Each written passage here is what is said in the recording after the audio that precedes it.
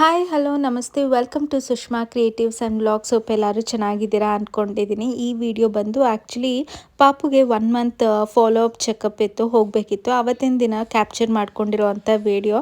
ಮತ್ತು ನನಗೆ ವಿಡಿಯೋನ ಕಂಟಿನ್ಯೂ ಮಾಡೋದಕ್ಕಾಗಲಿಲ್ಲ. ಹಾಗೆ ತುಂಬ ಜನ ಕೇಳ್ತಾ ಇದ್ರಿ ಏನೆಲ್ಲ ಪ್ಯಾಕ್ ಮಾಡ್ಕೊತೀರಾ ಪಾಪುನ ಈಚೆ ಕರ್ಕೊಂಡು ಹೋಗಬೇಕಾದ್ರೆ ಅಂತ. ಸೊ ವೈ ನಾಟ್ ಈ ವಿಡಿಯೋದಲ್ಲೇ ಶೇರ್ ಮಾಡೋಣ ಅದನ್ನು ಅಂದ್ಬಿಟ್ಟು ಕ್ಯಾಪ್ಚರ್ ಮಾಡ್ಕೊಂಡಿದ್ದೆ. ಬಟ್ ಕಂಟಿನ್ಯೂ ಮಾಡೋದಕ್ಕೆ ಆಗದಿರೋದ್ರಿಂದ ಈ ವಿಡಿಯೋದಲ್ಲೇ ನಾನು ಪಾಪುನ ಹೇಗೆ ವೆಲ್ಕಮ್ ಮಾಡಿದ್ವಿ ನಾವು ಮನೆಗೆ ಅನ್ನೋದನ್ನ ಆ ವಿಡಿಯೋಸ್ನು ಕೂಡ ನಾನು ಇದೇ ಬ್ಲಾಗಲ್ಲೇ ಅಟ್ಯಾಚ್ ಮಾಡಿರ್ತೀನಿ. ವಿಡಿಯೋನ ಎಲ್ಲೂ ಸ್ಕಿಪ್ ಮಾಡ್ದಿರ ಕಂಪ್ಲೀಟಾಗಿ ವಿಡಿಯೋನ ನೋಡಿ. ನಾನು ಆ್ಯಸ್ ಯೂಶುವಲ್ ಸಿಂಪಲ್ ಆಗಿ ರೆಡಿ ಆಗ್ತಾ ಇದ್ದೀನಿ. ಎಕ್ಸ್ಟ್ರಾ ಅಂದರೆ ಒಂದು ಲಿಪ್ಸ್ಟಿಕ್ನ ಹಾಕ್ಕೊಂಡಿದ್ದೀನಿ ಅಷ್ಟೇ. ಸೊ ಇವತ್ತು ನಾನು ಯೂಸ್ ಮಾಡಿರೋವಂಥ ಪ್ರಾಡಕ್ಟ್ಸ್ ಲಿಂಕ್ ಏನಾದರೂ ಬೇಕು ಅಂದರೆ ಡಿಸ್ಕ್ರಿಪ್ಷನಲ್ಲಿ ಲಿಂಕ್ ಕೂಡ ಹಾಕಿರ್ತೀನಿ, ಚೆಕ್ಔಟ್ ಮಾಡಿ. ಟಾಪ್ ಲಿಂಕ್ ಕೂಡ ಲಾಸ್ಟ್ ಟೈಮ್ ಕೇಳ್ತಾ ಇದ್ದರೆ ಅದನ್ನು ಕೂಡ ಡಿಸ್ಕ್ರಿಪ್ಷನಲ್ಲಿ ಹಾಕಿರ್ತೀನಿ, ಸಿಕ್ಕಿದ್ರೆ ಚೆಕ್ಔಟ್ ಮಾಡಿ. ಇನ್ನು ಡೈಪರ್ ಬ್ಯಾಗ್ ಅಂತ ನಾನೇನು ಸಪ್ರೇಟಾಗಿ ತೊಗೊಂಡಿಲ್ಲ. ಸೊ ನಾರ್ಮಲ್ ಬ್ಯಾಗಲ್ಲೇ ಜಸ್ಟ್ ಒಂದು 3 ಡೈಪರ್ಸ್, ವೆಟ್ ವೈಪ್ಸ್, ಹಾಗೆ ಡೈಪರ್ ಚೇಂಜಿಂಗ್ ಮ್ಯಾಟ್ನು ಕೂಡ ಇಟ್ಕೊಂಡಿರ್ತೀನಿ. ಒಂದು 2 ಪೇರ್ಸ್ ಆಫ್ ಕ್ಲೋತ್ಸ್ನ ಇಟ್ಕೊಂಡಿರ್ತೀನಿ. ಒಂದು ಮಸ್ಲಿನ್ ಕ್ಲಾತ್ ಕೂಡ ಇಟ್ಕೊಂಡಿರ್ತೀನಿ ಇಫ್ ಇನ್ ಕೇಸ್ ಎಮರ್ಜೆನ್ಸಿ ಏನಾದರೂ ಬೇಕು ಅಂದರೆ. ಮತ್ತು ಒಂದೆರಡು ನ್ಯಾಪ್ಕಿನ್ಸ್ನ ಇಟ್ಕೊಂಡಿರ್ತೀನಿ. ಇನ್ನು ಬೇಬಿ ಕ್ಯಾರಿಯರ್ಗೆ ಇದನ್ನು ನಾನು ಪ್ರಿಫರ್ ಮಾಡ್ತೀನಿ ಈ ನಡುವೆ, ಯಾಕಂದರೆ ಮಗು ಇನ್ನೂ ಕತ್ತು ನಿಂತಿರಲ್ಲ.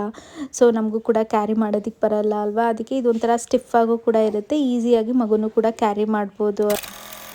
ಸೊ ಈ ವಿಡಿಯೋ ಬಂದು ನನ್ನ ಡಿಸ್ಚಾರ್ಜ್ ದಿನದ ವಿಡಿಯೋ ಆಗಿರುತ್ತೆ. ಬೆಳಗ್ಗೆನೇ ಶರಣ್ಯ ಹೇಳಿದ್ದೆ ಲಿಶುನ ಕರ್ಕೊಂಬನ್ನಿ, ಬೇಗ ಡಿಸ್ಚಾರ್ಜ್ ಮಾಡ್ಕೊಂಡು ಹೋಗೋಣ ಅಂತ, ಯಾಕೆಂದರೆ ರಾವ್ಗಲ ಎಲ್ಲ ಇರುತ್ತೆ ಅಲ್ವಾ. ಸೊ ಹಾಗಾಗಿ ಬಟ್ ನೋಡಿದ್ರೆ ಬಿಲ್ಲಿಂಗ್ ಮಾಡಿ ಡಿಸ್ಚಾರ್ಜ್ ಮಾಡೋ ಅಷ್ಟರಲ್ಲಿ ಈವ್ನಿಂಗ್ ಆಗೇ ಹೋಯಿತು. ಇನ್ನು ಲಿಶು ಶರಣ್ ಬರೋ ಅಷ್ಟರಲ್ಲಿ ಪಾಪುಗೂ ಕೂಡ ಸ್ನಾನ ಮಾಡಿಸ್ಕೊಂಬಂದರು. ಹಾಗೆ ಇವತ್ತು ಕಾಂಪ್ಲಿಮೆಂಟ್ರಿಯಾಗಿ ಫೋಟೋ ಶೂಟ್ ಕೂಡ ಅರೇಂಜ್ ಮಾಡಿರ್ತಾರೆ. ನಮಗೆ ಬೇಕು ಅಂದರೆ ಪ್ಯಾಕೇಜಲ್ಲಿ ತೊಗೊಬೋದು ಆ ಫೋಟೋಸ್ನ, ಇಲ್ಲ ಅಂದರೆ ಕಾಂಪ್ಲಿಮೆಂಟ್ರಿ ಅವರೇ ಒಂದು ಫೋಟೋ ಕೂಡ ಕೊಡ್ತಾರೆ.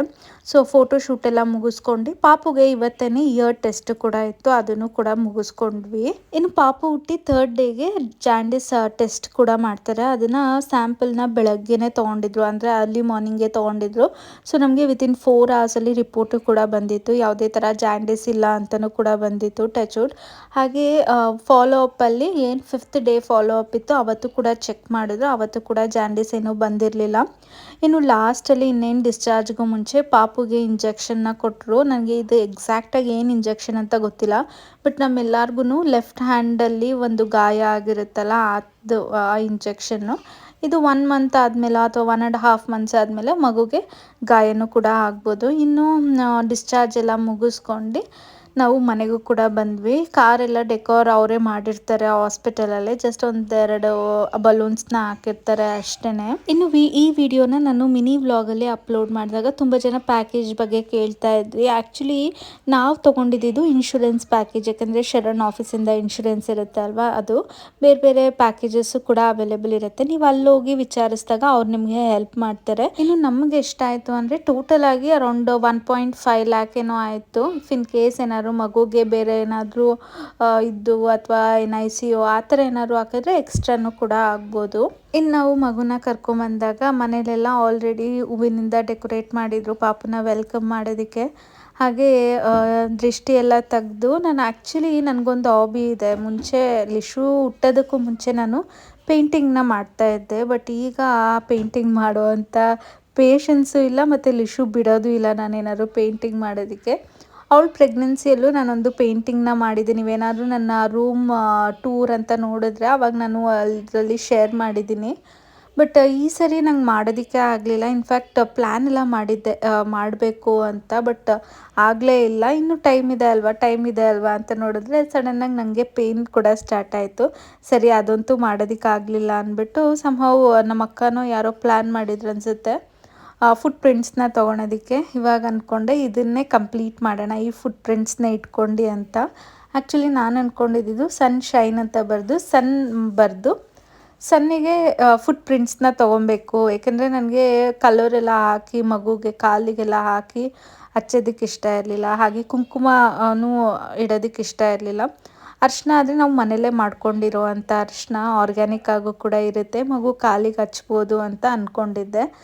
ಅವಳು ಅದನ್ನು ಪ್ಲ್ಯಾನ್ ಮಾಡಿದ್ಲು. ಈಗ ಪ್ರಿಂಟ್ಸ್ನ ತೊಗೊಂಡಿದ್ದೀನಿ. ನಾನು ನನ್ನ ಅಪ್ಕಮಿಂಗ್ ವ್ಲಾಗ್ಸಲ್ಲಿ ಪೇಂಟಿಂಗ್ ಮಾಡಿ ಮುಗಿಸ್ದಾಗ ಅದನ್ನು ಕೂಡ ಶೇರ್ ಮಾಡ್ತೀನಿ. ಇನ್ನು ಪಾಪು ಎಂಟರ್ ಆಗ್ತಿದ್ದಂಗೆ ಸ್ವಲ್ಪ ಅಳಕ್ಕೂ ಕೂಡ ಸ್ಟಾರ್ಟ್ ಮಾಡಿದ್ಲು. ಏಕೆಂದರೆ ಕಾರಲ್ಲಿ ಆರಾಮಾಗಿ ಜೋಲಿಯಲ್ಲಿ ತೂಗ್ದಂಗೆ ಇರುತ್ತೆ ಅಲ್ವಾ, ನಿದ್ದೆ ಮಾಡ್ಕೊಂಡು ಬಂದಿದ್ಲು. ಇಲ್ಲಿ ಬರ್ತಿದ್ದಂಗೆ ಆಲ್ ಆಫ್ ಎ ಸಡನ್ ಗಿಜಿ ಪಿಜಿ ಅನ್ನೋ ಸೌಂಡು, ಮತ್ತು ಸ್ವಲ್ಪ ಸೆಕೆನೂ ಆಗ್ತಿತ್ತೇನೋ, ಯಾಕಂದರೆ ಅವಾಗ ಪೀಕ್ ಸಮ್ಮರು. ಸೊ ಅದಕ್ಕೆ ಸ್ವಲ್ಪ ಅಳ್ತಾ ಇದ್ಲು. ಬೇಗ ಕೇಕೆಲ್ಲ ಕಟ್ ಮಾಡಿಬಿಡೋಣ ಅಂದ್ಬಿಟ್ಟು ನಾವು ಹೋಗ್ತಾ ಒಂದು ಕೇಕ್ನ ತೊಗೊಂಡೋಗಿದ್ವಿ, ಮತ್ತು ನಮ್ಮ ಅಕ್ಕ ಅವರು ಕೂಡ ಒಂದು ಕೇಕ್ನ ತಂದಿದ್ರು. ಸೊ ಮಕ್ಕಳನ್ನೆಲ್ಲನೂ ಕೂರಿಸಿ ನಾವು ಕೂಡ ಕೂತ್ಕೊಂಡು ಕೇಕ್ನ ಕಟ್ ಮಾಡಿದ್ವಿ. ಇನ್ನು ಈ ರೀತಿ ನಾವು ನಮ್ಮ ಪುಟಾಣಿ ಏಂಜಲ್ನ ವೆಲ್ಕಮ್ ಮಾಡಿದ್ವಿ. ಇನ್ನು ಮಕ್ಳಿಗಂತೂ ಈ ಮಗು ಏನೋ ಒಂದು ಡಾಲ್ ಥರ ಸಿಕ್ಕಿರಂಗೆ ಅನ್ನಿಸ್ಬಿಟ್ಟಿದೆ. ಯಾಕೆಂದರೆ ಏಜ್ ಡಿಫ್ರೆನ್ಸ್ ತುಂಬಾ ಇದೆ. ಇವಾಗ ಲಿಶುಗೆ ಕಂಪೇರ್ ಮಾಡಿದರೆ ಲಿಶುಗೆ 5.5 ಇಯರ್ಸ್ ಡಿಫ್ರೆನ್ಸ್ ಇದೆ. ನಮ್ಮ ಅಕ್ಕನ ಮಕ್ಳಿಗೆ ಕಂಪೇರ್ ಮಾಡಿದರೆ ಭುವಿಗೂ ಅಷ್ಟೇ 5.5 ಇಯರ್ಸು. ಇನ್ನು ಡಿಂಪುಗೆ ಬಂದರೆ ಆಲ್ಮೋಸ್ಟ್ ತುಂಬಾ ಏಜ್ ಗ್ಯಾಪ್ ಇದೆ. ಅದರಲ್ಲೂ ಸಮ್ಮರ್ ಹಾಲಿಡೇಸ್ ಇದರಿಂದ ತುಂಬಾ ಎಂಜಾಯ್ ಮಾಡ್ತಿದ್ದಾರೆ. ಇನ್ನು ಲಿಶು ಬಗ್ಗೆ ಹೇಳಂಗೆ ಇಲ್ಲ. ಪಾಪುನ 5 ನಿಮಿಷನೂ ಬಿಟ್ಟು ಅವಳು ಇರೋದೇ ಇಲ್ಲ. ಸ್ಕೂಲಿಗೆ ಹೋದ್ಮೇಲೆ ಅದೇನು ಮಾಡ್ತಾಳೋ.